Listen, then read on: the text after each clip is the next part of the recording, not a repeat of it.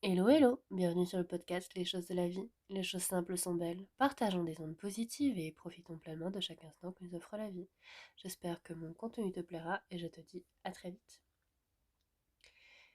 Il y a des silences qui rapprochent et des silences qui séparent. Le même mutisme peut être une forme de paix profonde ou le début d'un abandon. Comment faire la différence? On dit souvent qu'un couple qui communique bien, c'est un couple qui parle beaucoup. Mais j'ai vu des couples très bavards qui n'échangeaient en réalité que du bruit, des discussions logistiques, des reproches en boucle, sans jamais rien se dire en vrai. Et j'ai vu des couples silencieux, capables de rester 1 heure côte à côte, sans un mot, dans une paix totale. Prenons deux dîners différents. Dans le premier, un couple échange sans arrêt, qui va chercher les enfants demain, ce qu'il faut acheter, une remarque sur une facture en retard. Beaucoup de mots, mais aucun d'entre eux ne dit quoi que ce soit sur ce qu'ils ressentent vraiment.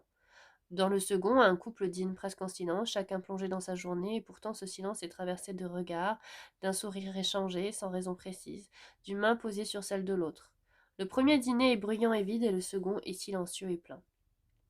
Il y a le silence habité, celui de deux personnes qui n'ont pas besoin de commenter chaque instant pour se sentir reliées.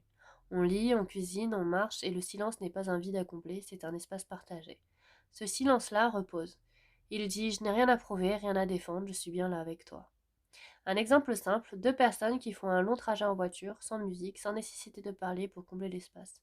Ce n'est pas de la gêne, c'est une aisance suffisamment grande pour que le silence ne soit jamais interprété comme un problème à régler.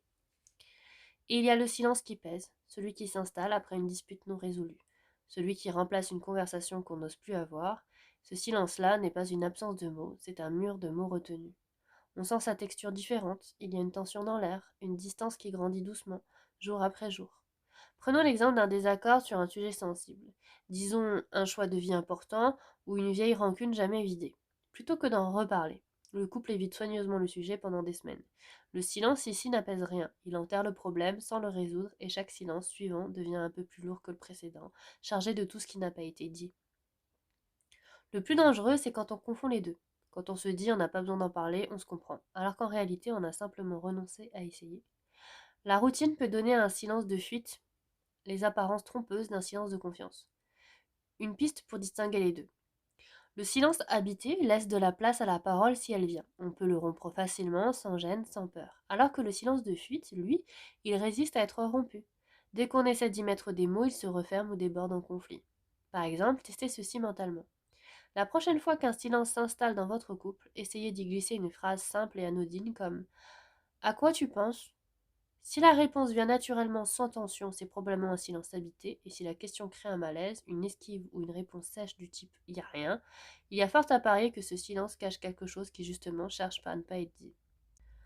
Dans votre couple, quand vous êtes silencieux, qu'est-ce que ce silence dit vraiment? Et surtout, arrivez-vous facilement à le rompre quand vous en avez besoin? Le silence n'est jamais neutre. Apprenons à l'écouter autant que les mots.